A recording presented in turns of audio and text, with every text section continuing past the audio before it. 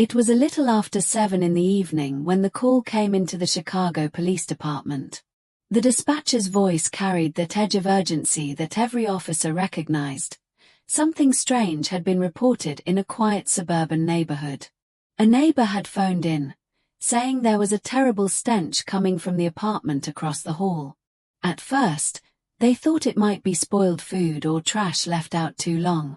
But the smell had gotten stronger over the last few days, so thick that people couldn't walk by without gagging. Tonight, it was unbearable. 2 uniformed officers were the first to respond. They pulled into the cracked driveway of a rundown building on the south side of the city. The building was old, the bricks stained dark by years of neglect, and the hallways smelled faintly of mildew. Officer Mitchell adjusted his vest as he climbed the stairwell, the soles of his boots squeaking on the chipped tiles. His partner, Officer Alvarez, pushed open the metal door at the second floor, and the reek hit them immediately. It was sour, chemical, with something unmistakably organic underneath. Both officers instinctively raised their hands to cover their noses. They exchanged a look. It was bad. The door to apartment 2B was shut tight. Mitchell knocked hard. "Chicago PD. Open the door." There was no answer. Inside, the apartment seemed utterly still. No television, no footsteps, nothing but silence. Mitchell knocked again, louder this time. "Police department. If anyone's inside, make yourself known." Still nothing. Alvarez tried the knob, and to their surprise, it turned easily. The door wasn't locked. She glanced at Mitchell before slowly pushing it open. The smell rushed out like a wave, thicker and more nauseating than ever. Inside, the apartment was dim. The curtains were drawn, shutting out the evening light. The place looked lived in but neglected, dishes stacked in the sink, papers scattered on a coffee table, half-empty soda bottles lined on the counter. The officers moved carefully, hands near their holsters, eyes scanning for movement. Then they saw the kitchen. On the small table in the center of the room was a spread of food. Plates of rice, stir-fried vegetables, chicken drumsticks, bowls of soup. It looked like someone had prepared a family dinner and simply walked away. But in the middle of the table sat a rice cooker, steam long gone cold, its lid sealed shut. Mitchell squinted at it. The smell was strongest here, bleeding out from that one small appliance. Alvarez gagged quietly and muttered, "Jesus Christ, it's coming from that thing." She reached out, hesitated, then pulled her gloved hand back. Something about the way it sat there, ordinary and menacing at the same time, made her uneasy. Mitchell pulled his radio. "Dispatch, we need detectives and forensics at 2156 West Huron, apartment 2B. Possible biohazard. Send backup." They waited, standing guard, eyes fixed on that rice cooker. Every second dragged. Outside the door, neighbors were gathering, whispering in confusion and fear. By the time detectives and crime scene techs arrived, the hallway was packed with curious faces.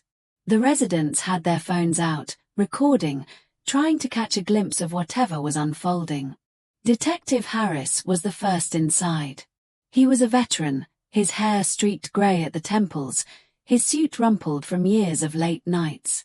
He'd seen a lot in his time, murders, suicides, every kind of domestic horror Chicago could throw at him. But the moment he stepped into the kitchen and caught the odor, his stomach tightened. He walked toward the rice cooker, his eyes narrowing. The forensics team suited up in protective gear before approaching the table. 2 technicians carefully unclipped the latch and lifted the lid.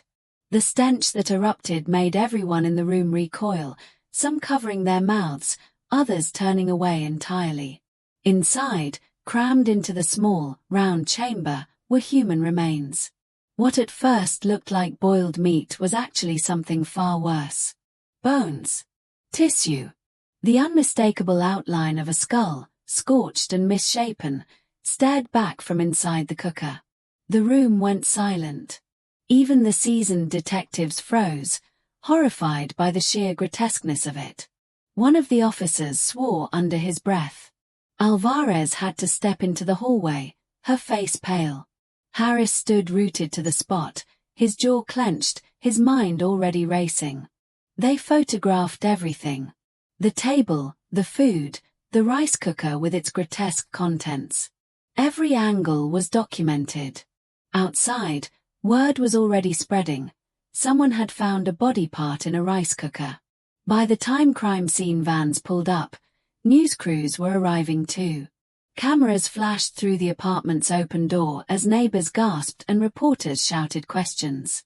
But Harris wasn't thinking about the chaos outside. He was focused on one question. Who could do this? The apartment was traced to a woman named Linda Reyes, 43 years old, unemployed, recently divorced. According to the records, she had lived there with her daughter, a girl of 15 named Emily.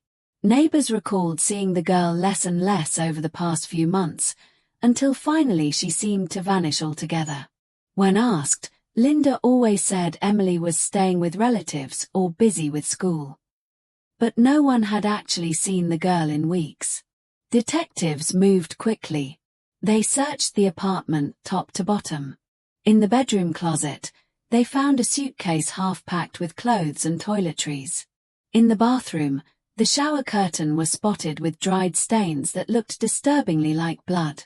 In the trash, there were butcher's knives, their edges dulled, their handles sticky with something that turned everyone's stomach. And on the kitchen counter, hidden beneath stacks of junk mail, was a sealed envelope. Harris put on gloves and opened it carefully. Inside was a letter, handwritten, the ink smudged in places. It began. You took everything from me. You took my youth, my trust, my love. You took our daughter's future. Now I take something from you. This is my gift, my reminder. Every time you see it, you'll remember what you destroyed. The detectives exchanged grim looks. The letter was addressed simply, to Daniel. Daniel Reyes, Linda's ex-husband. Harris exhaled slowly, piecing it together. This wasn't just a crime scene. This was revenge. Calculated, deliberate, meant to wound in the cruelest possible way. They sent officers to track Linda down immediately. But she was nowhere to be found. Her phone was switched off. Her car was gone. She had vanished as if she'd planned this all along. The forensic pathologist arrived to examine the remains. Under the harsh lights of the kitchen, they carefully removed the bones and tissue from the cooker, laying them out piece by piece. There was no doubt now, these were the remains of a young female, likely a teenager. The entire room fell into a heavy silence. Everyone knew what it meant. The rice cooker hadn't just contained a body. It had contained Emily. Linda Reyes sat alone in the driver's seat of her aging sedan, the glow of the streetlights flickering across the windshield as she parked a block away from her apartment. The city around her buzzed with its usual chaos, horns blaring, sirens wailing in the distance, but inside her car, there was only silence. Her hands rested on the steering wheel, trembling slightly. She had been gone for 3 days now, staying in motels off the interstate, avoiding cameras, paying in cash. But no matter how far she drove, the weight of what she had done pressed down on her chest like a stone. The memory of the night it all began played over and over in her head. It had been a Friday evening, cold rain sliding down the windows of her small apartment. Emily had come home from school quiet, withdrawn. She barely touched her dinner. When Linda pressed her, the girl finally broke, crying, shaking, saying she couldn't take it anymore. Her father's absence, the constant arguments, the way he had abandoned them for another woman across town. Emily admitted she'd been skipping classes, hiding in the library, pretending everything was fine while inside she was falling apart. Linda had tried to comfort her, holding her daughter close, whispering promises that things would get better. But inside, she knew it was a lie. Daniel had left them broken. The divorce proceedings had been brutal, with Daniel's lawyer painting Linda as unstable, irresponsible, unfit to care for Emily. He fought for custody, not because he wanted his daughter, but to punish Linda. He wanted control, to humiliate her, to take the last piece of her life that mattered. In the end, the court ruled shared custody, but Daniel barely showed up. He left Linda to pick up the pieces while he paraded his new girlfriend through social media, smiling, laughing, flaunting a new life without them. Linda's resentment festered. Every picture, every memory of him with that other woman was like acid on her skin. She would stare at her reflection late at night, dark circles under her eyes, her face hardened with bitterness. She told herself she was still strong, still capable of being a good mother. But inside, the anger consumed her. Emily's breakdown that night had been the final crack in the dam. Linda saw her daughter's despair not just as a cry for help but as proof of Daniel's destruction. He had ruined Emily's innocence, her spirit. Linda convinced herself it wasn't her fault, it was his. All his. The plan didn't form all at once. At first, it was just rage-filled fantasies. She imagined confronting Daniel in the street, screaming at him until he finally understood the pain he'd caused. Sometimes she dreamed of burning down his house, erasing every trace of his new life. But as weeks passed, those fantasies sharpened into something darker. She wanted him to suffer. She wanted him to feel the same emptiness, the same horror that she had lived with. The rice cooker had been her idea of irony. Daniel had bought it years ago, back when things were still good. It was a gift during their second anniversary, a small symbol of building a home together. Linda had used it almost every night to cook meals for their little family. It had been part of the rhythm of their life. But after the divorce, every time she looked at it sitting on her counter, it reminded her of everything she had lost. The family dinners, the laughter, the promises that meant nothing. One night, staring at it in the dim kitchen light, Linda realized it could become something else. Not just an appliance, but a message. A twisted gift. She whispered to herself, if he wants to take everything from me, then I'll give him something he'll never forget. Her obsession grew. She started writing letters, drafts of what she wanted to say to him. Page after page of venom poured onto paper. Accusations, threats, promises of revenge. She kept them hidden under her mattress. Each letter ended with the same line. You'll never escape what you did to us. But then came Emily. The girl grew more distant, more fragile. She stopped going to school altogether. She slept for hours during the day, awake all night, scrolling endlessly on her phone. Linda begged her to talk, to eat, to fight through it, but Emily barely responded. The worst moment came one afternoon when Linda found a razor blade hidden in her daughter's desk drawer. That night, she sat awake staring at Emily as she slept, her chest rising and falling softly. Tears streamed down Linda's face, but in her twisted mind, she convinced herself that maybe Emily would never escape the cycle of pain. Maybe the only way to save her was to end it. The thought was monstrous. But once it entered her mind, it took root. Linda told herself she wasn't killing her daughter. She was protecting her, sparing her from the endless suffering that Daniel had unleashed on them. It was Daniel who had caused this. It was Daniel who was guilty. Linda was just the instrument. The night it happened was quiet. Emily had fallen asleep on the couch after another day of silence. Linda stood over her, hands shaking as she clutched the pillow. She pressed it down, whispering through tears, whispering apologies, whispering blame. The struggle was short, muffled, pitiful. When it was over, Linda collapsed to the floor, sobbing until her throat burned. She sat there for hours, unable to move, staring at what she had done. But then, as dawn crept through the curtains, something inside her shifted. The grief didn't vanish, it transformed into a cold, unwavering focus. The plan was no longer fantasy.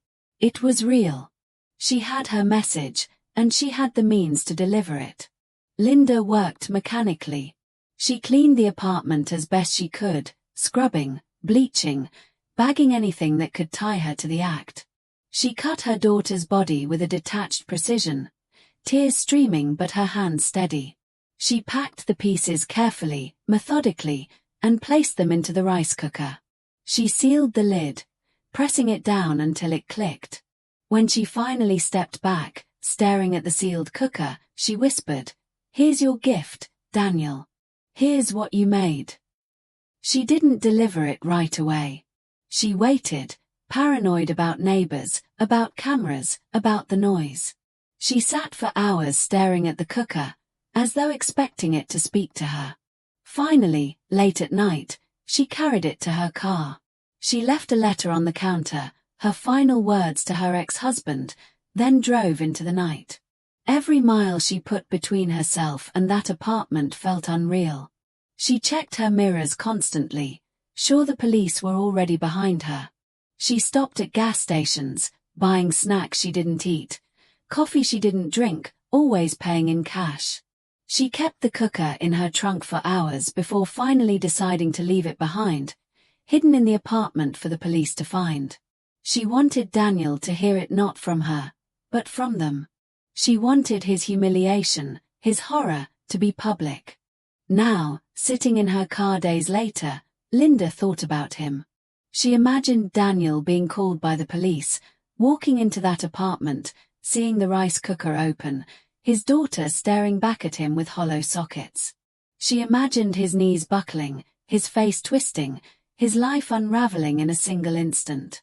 And she smiled. It was faint, fragile, but it was the only smile she had worn in months. But beneath the satisfaction, fear gnawed at her. She knew they would come for her.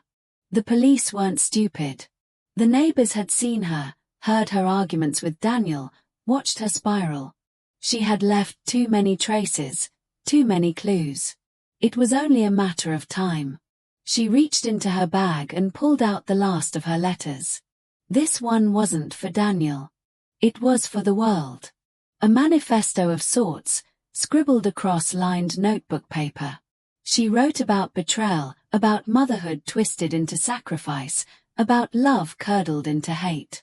She wanted them to understand. Not forgive her, she didn't care about forgiveness, but to understand why she did it. When she finished, she folded it neatly and tucked it into the glove compartment. If they caught her, they would find it. If they didn't, maybe someday someone else would. The city lights blurred through her tears as she started the engine again. She didn't know where she was going. Maybe she would drive until the car gave out. Maybe she would disappear into some nameless town, dye her hair, change her name, live in the shadows. Or maybe she would turn herself in, face Daniel one last time, and tell him what he had done to their daughter, to her. Either way, she knew the story wasn't finished. Because for Linda Reyes, the rice cooker was only the beginning. The manhunt for Linda Reyes began before sunrise. Chicago PD had circulated her photo to every precinct, every patrol car, every local news station that would air it. Her name and face flashed across television screens and cell phones, always paired with the same grim headline. Mother wanted for murder of teenage daughter, human remains found in rice cooker. The image was everywhere. Her booking photo from years ago when she'd been picked up for a domestic disturbance during the divorce. Her eyes looked tired, vacant. It was the face of someone who had already been broken long before she committed the unthinkable. Detective Harris hadn't slept in 2 days. He sat at his desk in the homicide unit, surrounded by reports, photos, and evidence bags. Every few minutes his phone buzzed with new tips, possible sightings, most of them dead ends. But he kept chasing them, because he couldn't shake the image of the rice cooker, couldn't stop imagining the terror that poor girl had lived through. He wasn't just hunting Linda, he was haunted by her. By the 3rd day, the FBI had joined the case. They traced Linda's credit card use, noting the sudden stop just after she fled the apartment. Gas stations along the interstate reported a woman matching her description buying fuel with crumpled bills, her face hidden under a baseball cap. Surveillance cameras caught glimpses of her car, an old silver Toyota Camry with rust blooming around the wheel wells. Each sighting pulled the net tighter. Linda, meanwhile, was unraveling. She stayed in cheap motels with buzzing neon signs and carpets stained dark from decades of wear. Each night she lay awake staring at the ceiling, replaying everything she had done. At times, she convinced herself she had been right. Daniel deserved it. Emily was free from suffering. Justice, in her own way, had been served. But then the other voice came, the one that whispered she was a monster, that her daughter's face would never leave her, that nothing she told herself would wash the blood off her hands. On the fifth night, she dreamed of Emily. Her daughter stood at the end of the motel bed, pale, her eyes hollow, her lips moving but no sound escaping. Linda sat up gasping, her chest heaving, reaching out, begging for forgiveness. But the vision vanished, leaving only the hum of the air conditioner. She curled into herself, sobbing into the thin motel pillow until morning. The break in the case came from a trucker who spotted the Camry at a rest stop in Indiana. He had recognized her from the news and called it in. By the time local police arrived, Linda was gone, but the car was still there, tucked into the far corner of the lot. Inside, they found her belongings, clothes, a half-empty pack of cigarettes, and the letter she had written, folded and placed on the dashboard. Harris read it at the station hours later. The handwriting was shaky, desperate. It described years of pain, betrayal, loneliness. It was less a confession than a justification, an attempt to make the world see her as a victim rather than a monster. But there was one line that chilled him more than the rest. I did what I had to. If I hadn't, he would have destroyed her too. This way, she's safe. This way, she's mine forever. That line convinced Harris that Linda was no longer running simply to escape. She was running toward something. He guessed she was heading for Daniel. The police moved quickly. They placed Daniel under protective custody, though he resisted at first, angry and defensive. He insisted Linda was crazy, that he had nothing to do with any of it, that he wanted to be left alone. But his hands shook when he lit his cigarette, and his voice broke when they mentioned Emily's name. He couldn't hide from what had happened. Not anymore. It was 2 nights later when they finally caught Linda. She had been spotted walking along a highway just outside Gary, Indiana, her clothes filthy, her hair matted. A sheriff's deputy pulled over, at first thinking she was just another homeless drifter. But when she looked up at him, the deputy recognized her instantly. She didn't run. She didn't fight. She simply raised her hands and said, "It's over." At the county jail, Detective Harris came face to face with her for the first time. She sat across the table in the interrogation room, wrists cuffed, eyes red and swollen. She looked smaller in person, diminished, as if the weight of what she carried had shrunk her into a shell of who she once was. "Why, Linda?" Harris asked softly, though there was steel in his voice. Her lips trembled. "You wouldn't understand. No one ever understands. Try me." She stared at him for a long time, tears gathering in her eyes. He broke us. He broke me. And he was going to break her too. I couldn't let him. I had to protect her. By killing her. Harris shot back. His voice echoed off the walls. By stuffing her into a rice cooker and leaving her like garbage. That's how you protect your child. Linda flinched, her whole body shaking. I didn't want it to be that way. But he had to feel it. He had to know what he did to us. He had to hurt the way we hurt. Harris leaned back, exhausted. There was no logic here, no redemption. Just a broken woman who had destroyed the only person who ever truly loved her. The trial that followed was one of the most publicized in Illinois history. Reporters swarmed the courthouse steps, their cameras flashing as Linda was led inside in shackles. Protesters shouted on both sides, some demanding justice for Emily, others bizarrely sympathizing with Linda's pain, framing her as a victim of domestic cruelty gone too far. Inside the courtroom, Daniel sat at the prosecution's table, his face pale, his shoulders hunched. He never once looked at Linda. Not when she entered, not when she testified, not when the jury's verdict was read. It was as if he had erased her from existence, the way one erases a nightmare upon waking. The prosecution painted Linda as a cold-blooded murderer, driven by vengeance rather than love. They showed the jury photographs of the crime scene, the rice cooker, the letter. They played recordings of neighbors describing the fights, the screams, the months of tension leading up to Emily's disappearance. The defense tried to argue insanity, claiming Linda had suffered years of psychological abuse, that her mind had cracked under the weight of betrayal. They brought in psychiatrists who described her as delusional, a woman trapped in a fantasy where murder became salvation. But the jury saw the photos. They read her words. They couldn't look past the horror of what she had done. It took less than 2 days of deliberation. The verdict: guilty on all counts. First-degree murder. Abuse of a corpse. Linda showed no reaction when the sentence was read. Life without the possibility of parole. She simply lowered her head, her hair falling over her face, and whispered something no one in the courtroom could hear. After the trial, Daniel disappeared from public view. He sold his house, quit his job, and moved out of state. Some said he remarried years later, but no one could ever confirm it.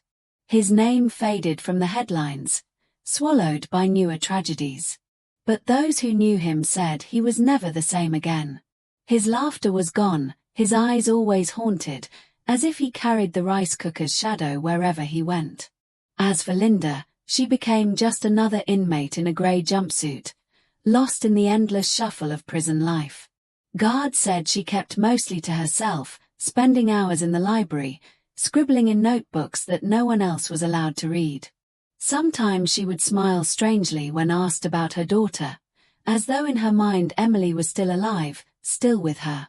Years later, a guard swore he heard her whispering late at night in her cell. He leaned closer and caught the words. "You're safe now, baby. You're safe." The story of Linda Reyes became a grim urban legend, retold in hushed voices, dissected in documentaries, analyzed in criminology classes. People argued whether she was a victim of abuse who snapped or simply a monster who let her hatred consume her. But the truth didn't matter anymore. The truth was buried with Emily. In the end, all that remained was a memory of a rice cooker on a kitchen table, filled with the unthinkable, a symbol of how love can rot into madness when poisoned by betrayal.